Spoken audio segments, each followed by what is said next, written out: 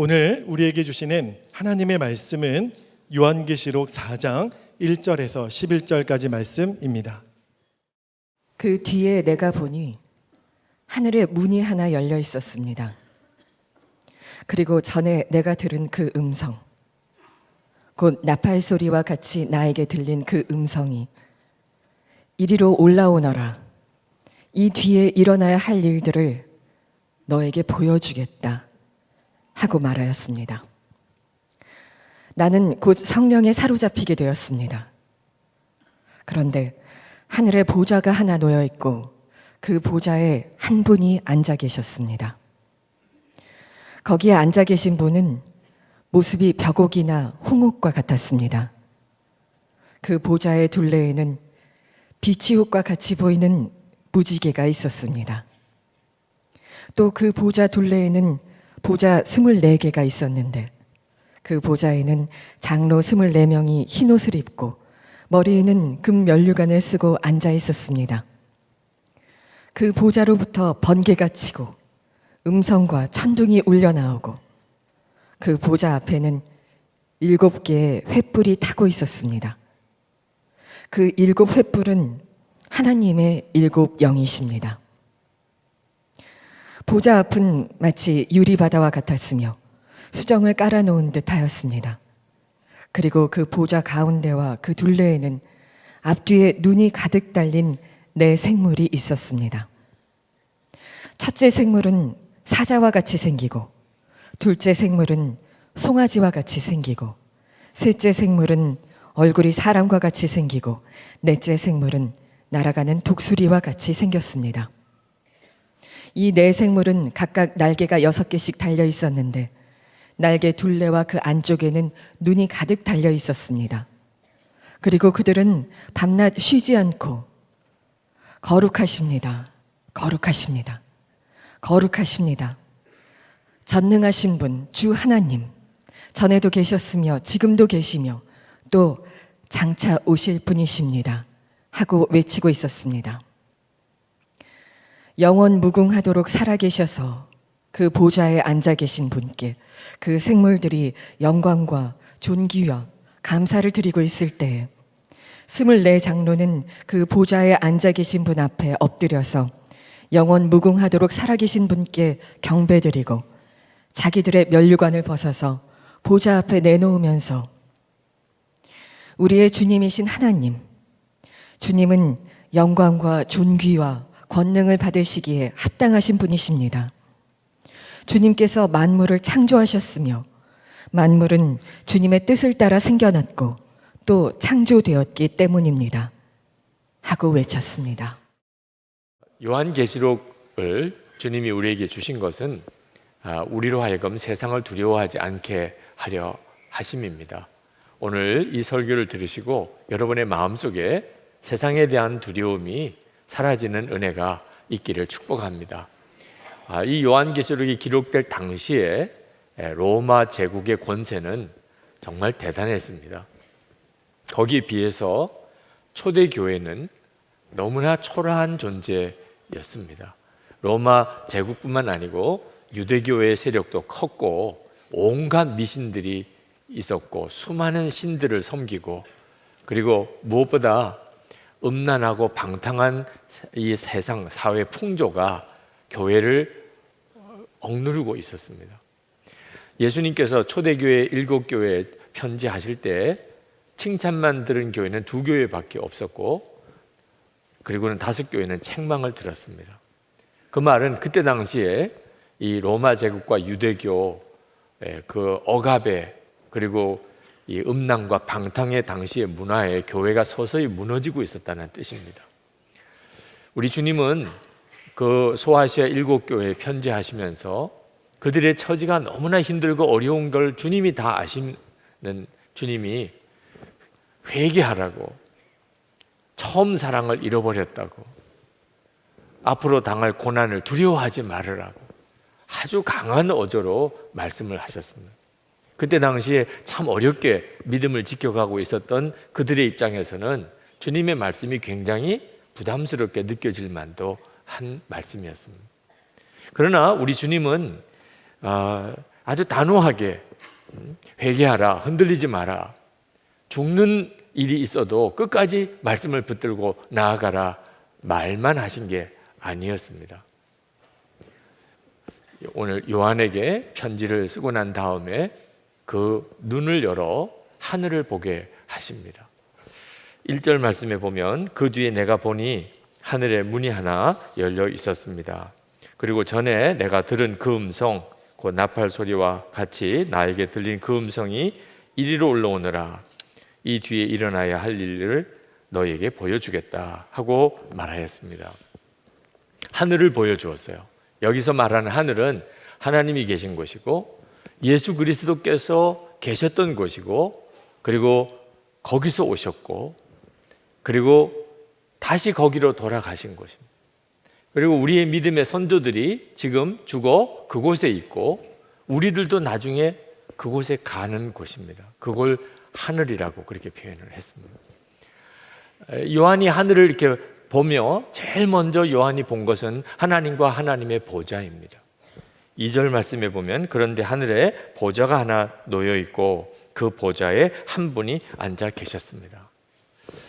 이 요한계시록 전체의 주제이기도 합니다. 가장 강력한 메시지, 하늘에 하나님이 계시고 하나님의 보좌가 있다는 것입니다. 하나님은 정말 계십니다. 우리 모두는 다 이 사실을 믿는 사람이지만 그 믿음의 정도는 사람마다 다 다른 것 같습니다. 우리가 진짜 하나님이 정말 계시고 그 하나님의 보좌가 있다는 사실을 정말 확신하게 된다면, 그러면 세상을 보는 우리 눈은 완전히 바뀌게 됩니다. 두려울 게 뭐 있고 염려할 게 뭐가 있겠어요? 하나님에 대한 확신이 분명치 않으니까 자꾸 힘들고 어려운 일, 세상에 흔들리는 겁니다. 요한이 하늘을 이렇게 보면서 그 하늘에 대해서 쭉 묘사를 합니다. 보석이 나오고 24장로의 보좌가 나오고, 그리고 또 7 횃불이 나오고, 또 4 생물이 나오고, 그렇게 요한이 묘사해요. 환상입니다, 환상. 정확한 그 실제를 묘사했다기보다는 하나의 환상으로 그렇게 쓴 거죠. 우리가 그걸 읽으면서 아, 하늘이 이렇게 생겼구나 도무지 알 수가 없어요. 환상으로만 묘사를 했기 때문에. 요한이 이렇게 묘사할 수밖에 없었던 것은 지금 우리에게 하나님의 나라의 실상을 다 보여줄 수 없는 때이기 때문에 그렇습니다. 또 요한 자신이 묘사하는 데 있어서 한계가 느껴진 것 때문에, 보기는 보았는데 설명할 방법이 없는 겁니다. 예를 들어 나면서부터 보지 못한 사람에게 빨간색을 어떻게 설명해야 되죠? 그럼 보기는 분명히 보았는데 설명할 방법이 없으니 구약 성경에 하나님께서 계시하셨던 그 내용들을 가지고 역시 그냥 환상으로 자기가 본 하늘을 설명할 수밖에 없었어요. 이 환상 하나하나에는 나름대로의 해석이 있긴 합니다. 주석가들이 정말 연구를 많이 하고 그래서 훌륭한 주석들도 많이 나와 있어요. 제가 설교를 준비하면서 그 환상에 대한 여러 해석들을 읽어보면서 좀 당황스러웠습니다. 뭐냐면 요한이 정말 말하려고 하는 그 느낌을 오히려 잃어버린 거예요. 이 생물은 뭘 의미하고 횃불은 뭘 의미하고 보석은 무슨 의미가 있고, 그 해석을 따라가다 보니까 요한이 정말 말하려고 했던 감각을 잃어버렸어요. 환상으로 말씀하셨다는 이야기는 그 실상을 정확하게 하나님이 알려주지 않으신다는 뜻이니 나름대로 해석 작업이 필요하긴 하지만 환상은 환상 그대로 그냥 받아들이는 것이 필요하기도 합니다. 중요한 것은 요한이 도대체 뭘 말하려고 하느냐 하는 거예요. 요한이 말하려고 하는 것은 아주 단순해요. 하늘이 있고 하나님이 거기에 계시고 그 보좌의 영광이 말로 다할 수 없이 엄청나다는 것입니다. 그게 요한이 말하려고 하는 거예요. 예수님이 요한에게 열어 보여주시려고 하시는 것입니다. 요한이 그것을 보고 난 다음에 로마 제국과 로마 황제의 권세와 영광은 아무것도 아니구나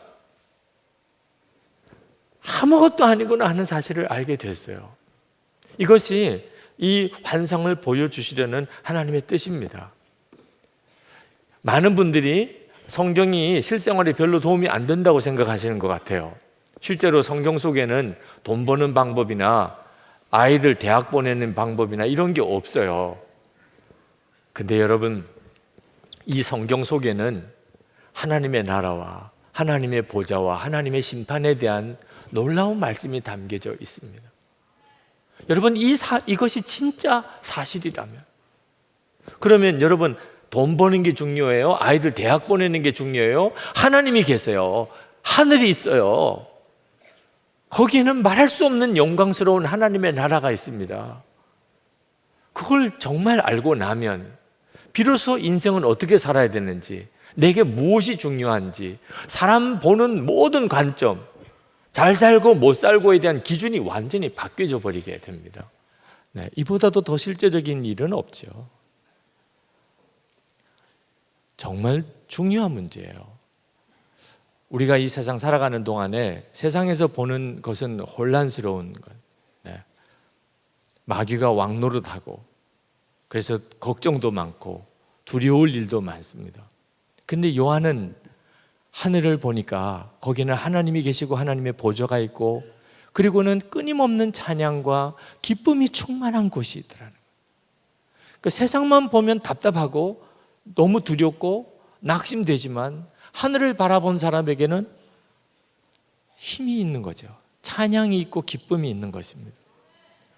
제가 장례식을 인도하러 가다가 그 슬퍼하는 유족들을 보면서 기도하는데 하나님께서 제 눈을 열어 그 고인이, 그 영혼이 하늘나라에서 얼마나 환영을 받으며 잔치가 벌어지고 있는지를 순간 깨닫게 하셨어요. 우리가 세상에서 보는 것과 하늘에서 되어지는 일은 엄청난 차이가 있다는 겁니다. 이 사실을 진짜 믿게 되니까 우리가 성도의 장례 때 찬송을 부르고 예배도 하고 감사도 하는 거예요. 장례가 생긴. 8절 말씀에 보면 하늘에서 이렇게 하나님께 찬양을 드립니다. 그리고 그들은 밤낮 쉬지 않고 거룩하십니다. 거룩하십니다. 거룩하십니다. 전능하신 분 주 하나님, 전에도 계셨으며 지금도 계시며 또 장차 오실 분이십니다 하고 외치고 있었습니다. 이 고백은 그때 당시에 세상을 지배하고 그리고 최고의 권위를 가지고 신이라고 불리워지던 로마 황제와 하나님과 비교하는 거예요. 진짜 영광은 하나님께 있어요. 로마 황제는 아무것도 아니에요. 요한 사도가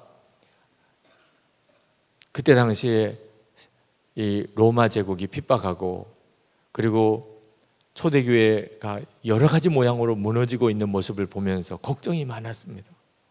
하나님, 도대체 이거 어떻게 되는 거예요? 하나님, 도대체 교회를 어떻게 이렇게 내버려 두시겠습니까? 우리는 어떻게 살아야 하는 거죠? 이러다가 교회 다 무너지겠습니다. 근데 요한이 하늘을 보고 난 다음에 요한은 생각이 완전히 달라졌을 거예요. 하나님 충분합니다. 주님이 왜 회개하라, 처음 사랑 버렸다, 앞으로 당할 고난을 무서워하지 말아라, 주님이 그렇게 말씀하시는지 알겠습니다. 비록 여기서 내가 육신의 생명이 죽는 한이 있더라도 저는 복음을 붙들고 주님을 배신하지 아니하고 하나님의 말씀대로 살 것입니다. 그런 확신을 가질 수 있었을 거예요. 이것이 바로 주님이 요한에게 그리고 당시 성도들에게 주님이 주시려고 하시는 은혜였습니다. 하늘이 보이고 나니까 앞으로 될 일도 다 보입니다. 이 뒤에 일어나야 할 일들을 너희에게 보여주겠다.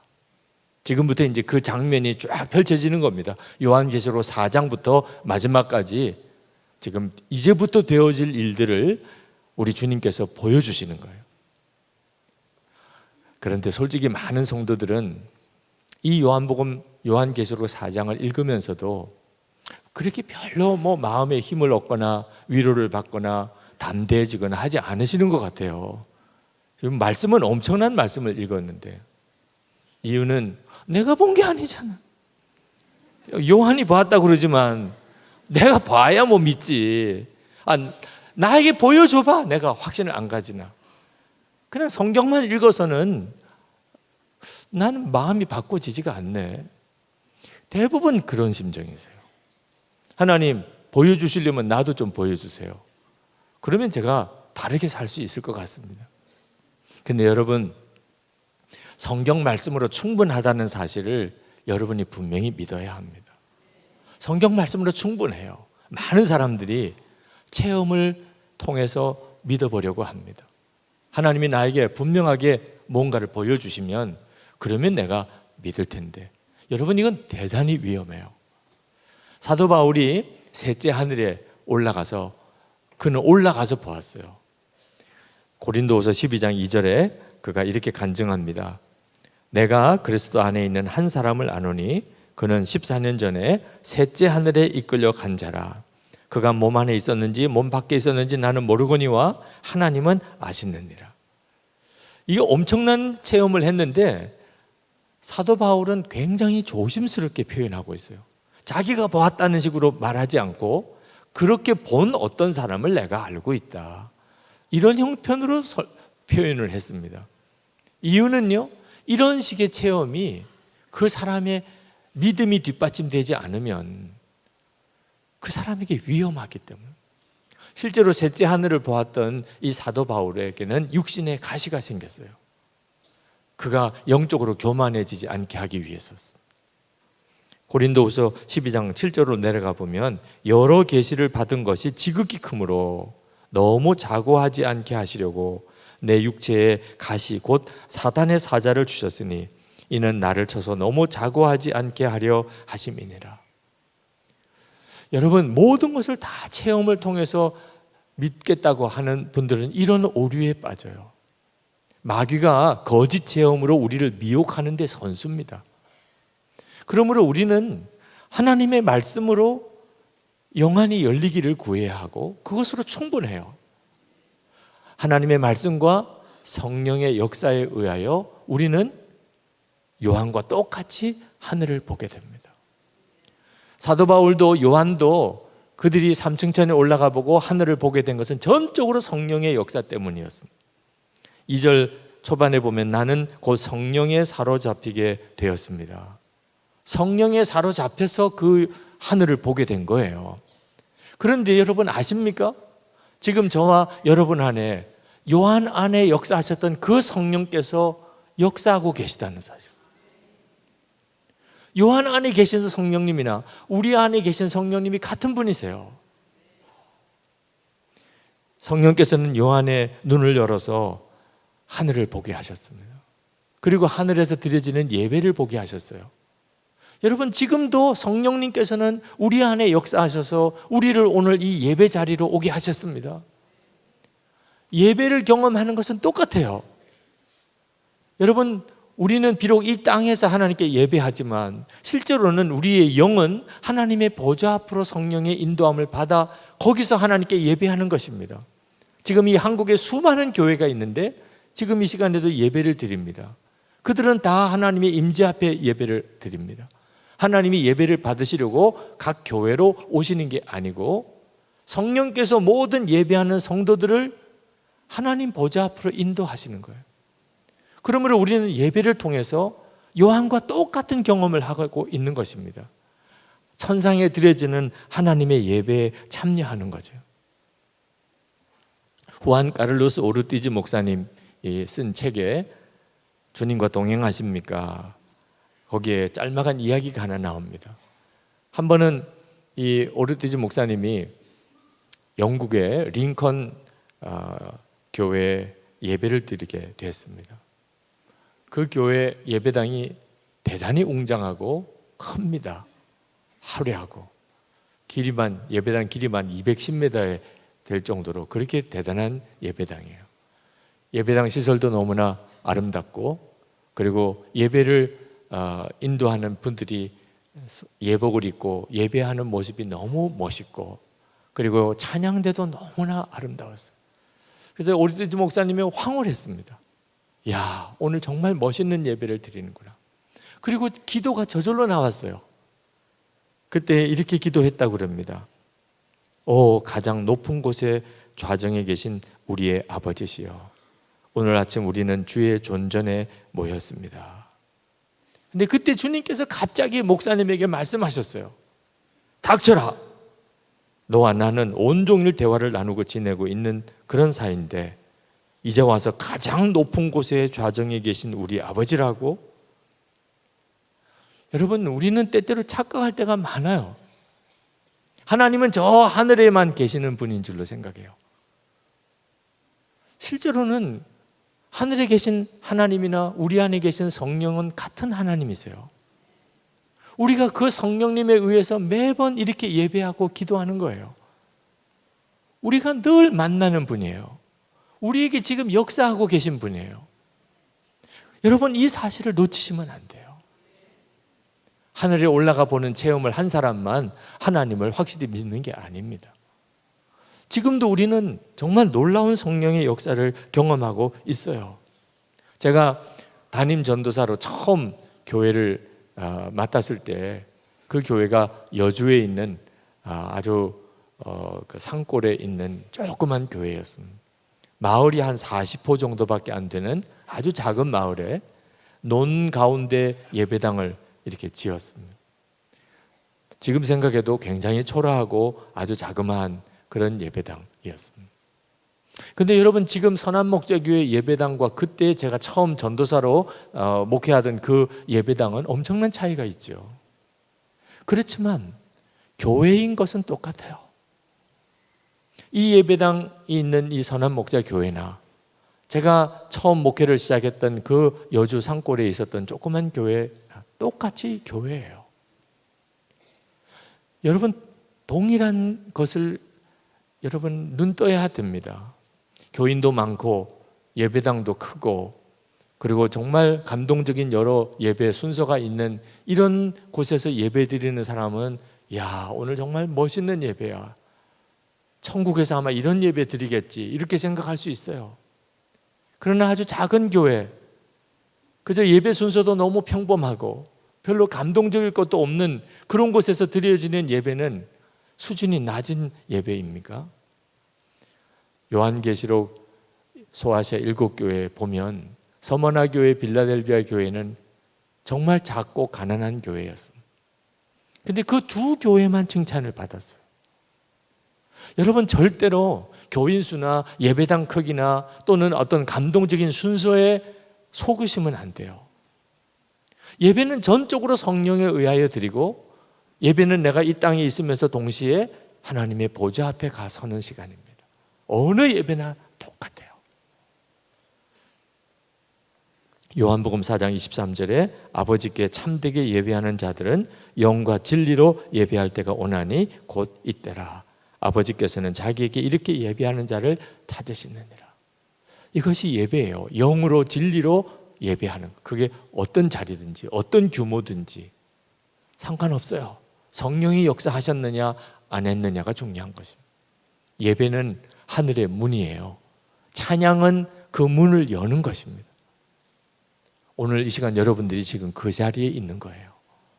제가 한 번은 너무 낙심스러운 일이 많이 있어서 기도도 안 될 때가 있었어요.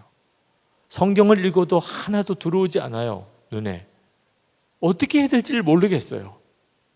그때 제가 차에 타고 있었는데 차에 찬양 테이프를 차에 넣고 그리고 버튼을 눌렀습니다. 제가 할 수 있는 것은 그거밖에 없었어요.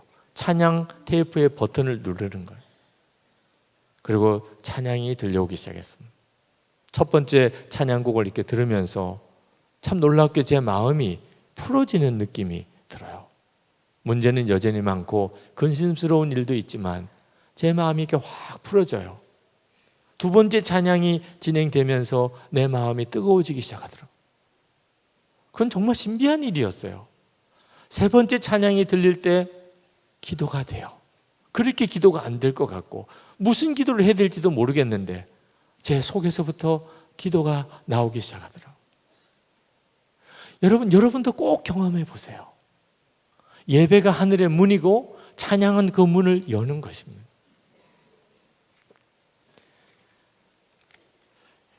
교회에서 집사와 권사와 장로를 세울 때 여러 조건을 봅니다. 근데 가장 먼저 보는 것은 이분이 예배를 잘 참석하느냐 하는 것을 보아요. 그것은 이 사람에게 하늘을 바라보는 눈이 열렸는가를 보는 거예요. 예배는 하늘을 바라보는 눈이 뜨이는 거거든요. 물론 예배 시간에 앉아 있다고 다 그런 예배를 드리는 건 아니에요. 그렇지만 교회에서는 달리 그 예배 깊이를 점검할 방법이 없으니 예배에 참석했는지만 체크하는 것뿐이죠. 중요한 것은 내가 예배당에 앉아 있는 게 아니고 정말 성령으로 하나님께 진정한 예배를 드리는 겁니다. 하늘을 바라보는 눈이 뜨이는 그 예배를 드리는 거예요. 이것이 우리가 이 세상을 살 힘이에요. 어떻게 하면 그런 예배를 드릴 수 있는 거죠? 요한이 봅니다. 요한이 천상에서 드려지는 예배를 지켜보면서 아, 이렇게 예배하는 거구나 하는 걸 보게 돼요. 24장로를 봅니다. 그 24장로가 하나님께 예배하는 장면을 기록하고 있어요. 24장로는 천상의 존재입니다. 천사와 같이. 그러면서도 구약과 신약의 모든 성도를 대표하는 존재예요. 그들이 하나님 앞에서 끊임없이 예배하는데 성경을 보니까 하나님 앞에 엎드렸다고 그랬고 그리고 면류관을 벗어 하나님께 드렸다고 그랬습니다. 10절에 보면 보좌에 앉아 계신 분 앞에 엎드려서 영원 무궁하도록 살아계신 분께 경배드리고 자기들의 면류관을 벗어서 보좌 앞에 내놓으면서 예배는 그냥 의자에 앉아서만 드리는 게 아니라는 겁니다. 물론 우리가 이렇게 앉아서 예배드리지만 우리의 심령은 하나님 앞에 엎드리는, 그리고 내 면류관을 하나님께 벗어드리는 것입니다. 1980년대 한국에 경배와 찬양의 뜨거운 부흥이 있었어요. 우리 사부 예배 여러분 찬양이 특별하잖아요. 우리 브릿지 찬양단이 예배를 처음 시작할 때 아주 하나님께 강력한 찬양을 드립니다. 이렇게 예배를 드리기 시작했던 게 1980년대부터예요. 그전에는 이런 예배는 문제가 많다고 느꼈습니다. 그냥 찬송가만 부르는 거죠. 그 1980년대 경배와 찬양의 부흥이 한국을 휩쓸었습니다. 그때 제가 어느 경배와 찬양 집회에 참석했다가 인상 깊게 본 것이 있어요. 그 예배당 뒤편에 큰 상자가 있었습니다. 찬양 예배 끝나고 다 돌아가고 난 다음에 그 뒤에 그 상자에 가보면 거기에 세상 노래 카세트 테이프, 비디오 테이프, 뭐 소설책 가져온 소설책 또는 담배, 라이터 또는 음란 서적들, 그게 그 상자 속에 수북이 쌓여 있어요. 그날 예배를 드리러 왔던 학생과 청년들이 예배하면서 하나님 앞에 끊어버려야 될 것들을 끊기로 결단하는 구체적인 행동이 그렇게 나타난 거예요. 그래서 찬양 집회 때마다 그걸 담아놓는 상자를 두었던 거죠. 예배는 그냥 앉아서 구경하는 게 아닙니다. 24장로들은 면류관을 벗었다고 그랬어요. 면류관을 벗었다는 이야기는 이제 내가 나의 왕이 아니라는, 하나님이 나의 왕이시라는 그런 고백이에요. 이것이 예배, 진짜 예배를 드리는 자의 자세예요. 그때 그에게 하늘이 열려요. 여러분들은 왜 그렇게 억울하신가요? 왜 그렇게 섭섭하신가요? 왜 그렇게 답답하신가요? 왜 그렇게 참지 못하시나요? 왜 그렇지요? 우리의 마음속에 자기 자신에 대한 자존심, 허영심, 교만한 마음, 내가 이렇게 대접받을 사람이 아니야, 나는 그런 사람 아니라고, 자기 면류관이 있는데 그 면류관을 붙잡고 있기 때문에 그렇게 되는 거예요. 그러니까 그렇게 섭섭하고 그렇게 답답하고 그렇게 억울하고 그렇게 못 견디겠고 그렇게 되는 거예요. 우리는 하나님을 예배한다고 하지만 실제로 대부분의 사람들은 자기를 예배해요. 내가 좋으면 다 좋은 거예요. 내가 안 좋으면 다 안 좋은 거예요. 모든 게 중심이 나예요. 나는 이게 우리들이 가지고 있는 생각이에요. 우리는 나를 예배하고 사는 거예요. 이게 우리의 면류관이에요. 이 면류관을 붙잡고 있는 동안에는 진짜 예배가 안 됩니다. 이 면류관을 하나님께 벗어드릴 때 이제는 주님, 제 허영심, 제 자존심, 제 교만, 제 열등감, 나 하던 거 다 주님께 다 드립니다. 이제는 오직 제겐 주님만 왕이십니다. 여러분이 그 고백으로 하나님께 나아가 보세요. 어떤 규모의 예배든 어떤 형태의 예배든 혼자서 드리는 예배일지라도 그때 하늘문이 열립니다. 지금 이 땅에서 우리는 성령께서 역사하시는 예배를 통해서 하나님의 영광을 봅니다. 이 땅에서. 요한 웨슬레 미국의 인디언들을 선교하려고 미국을 건너갔었던 때 대서양을 배를 타고 건너는데 예기치 않았던 풍랑을 만나서 배가 뒤집힐 정도로 큰 어려움을 겪습니다. 그때 이 요한 웨슬레는 죽음의 두려움 속에 사로잡혔어요. 그런데 그때 어디서 찬송 소리가 들리는 겁니다. 세상에 이런 형편에서 누가 찬송을 부르나. 그래서 그는 난간을 붙잡고 겨우겨우 선실로 내려가 보니까 거기에 한 26명의 사람들이 둘러앉아서 하나님께 예배하고 있는 거예요. 모라비안 교도들이었습니다. 거기는 어린아이들도 있었어요. 근데 그 찬송을 부르는 그들을 보니까 그 어린아이들조차 평안해요. 그 풍랑이 있는 그 바다 속에서 어떻게 이렇게 편안할 수 있나? 내가 선교사가 되겠다고 가지만 내 믿음이 나를 구원할 믿음도 못 되는구나. 그가 그걸 깨닫고 회개하고 그래서 그가 진정으로 회심하게 되는 단계로 나아가는 중요한 계기도 됐습니다. 그때 일기에 요한 웨슬레가 이렇게 썼습니다. 오늘은 내가 지금까지 겪어온 날 중 가장 영광스러운 모습을 본 날이다. 진짜 예배가 드려질 때 그 상황이 비록 죽음의 눈앞에 있는 위기 상황이라도 하나님의 영광이 확 드러납니다. 우리 교회에서 영성일기를 전 교인들이 쓰기 시작했던 게 2011년입니다. 그때 중고등부 아이들도 쓰기 시작했습니다. 중고등부 아이들이 영성일기를 쓰면서 주님을 바라보다가 그의 여름 수련회를 특별한 수련회를 갖기로 했어요. 저 강원도 사북 강원랜드 카지노가 있는 거기 가서 도박하시는 분들 발을 씻어주는 전도를 하자. 이런 참 생각할 수가 없는 그런 계획을 세웠어요. 학생들이 몇 명이나 같이 가겠나. 그 교육 목사님이 아이들에게 광고를 했습니다.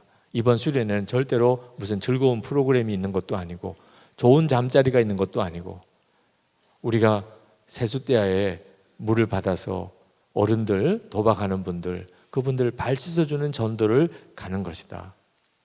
여러분 중에 이것이 하나님이 원하신다고 확신이 드는 사람만 가자. 다 안 가도 좋으니까. 그랬더니 151명의 학생들이 같이 갔어요. 그때 은혜가 얼마나 놀라웠는지 모릅니다. 저녁마다 그날 간증을 서로 나누는데 서로 다 하겠다고 그래서 밤에 잠을 자기가 어려울 정도였어요. 마지막 날 사북의 그 야외 공원에서 이제 전체 예배를 폐회 예배를 드리기로 했는데 비가 오는 겁니다.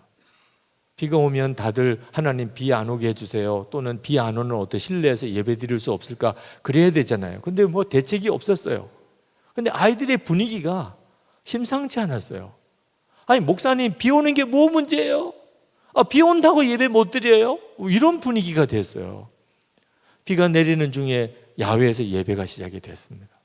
비가 점점점 많이 와요.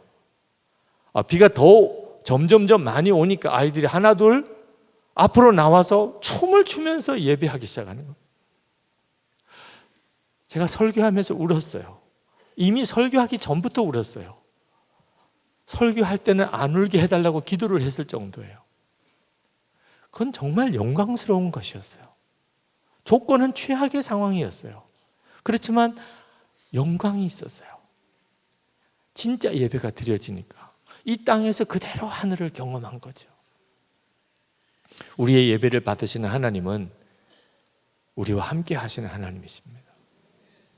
여러분의 가정으로, 일터로, 여러분의 학교로 우리 주님은 같이 가세요. 늘 함께 계세요. 거기서 인도하세요. 그래서 우리의 모든 삶이 예배가 되게 해주세요. 그리고 세상을 두려워하지 않게 하는 것입니다. 끝까지 하나님 말씀대로 살게 해주시는 것입니다. 오늘 우리가 성찬을 받는데 이 성찬은 이 땅에서 경험하는 천국의 잔치예요. 예수님의 살과 피를 먹고 마시면서 여기서 주님과 하나됨을 확인하고 그대로 우리가 주님 앞에서 그렇게 주님을 만나게 될 것입니다. 성령께서 여러분들을 인도해 주시기를 원합니다. 오늘 성찬을 받고 그리고 이 예배를 통하여 여러분의 영안이 열려져서 여러분의 마음속에 있는 모든 세상에 대한 두려움, 근심, 좌절, 낙심이 떠나가게 되기를 축복합니다.